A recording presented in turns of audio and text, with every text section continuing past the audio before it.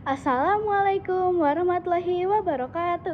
Halo semuanya, perkenalkan nama saya Kesya Humaira dari kelas 107 SMAN 1 Cilengsi.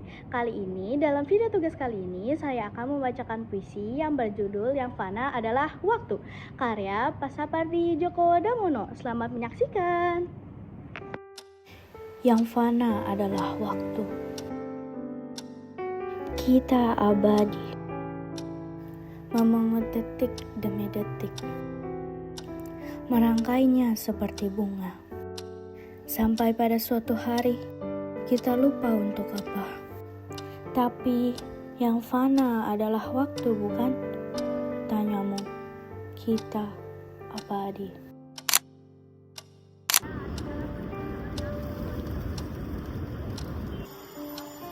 Candy Salmon.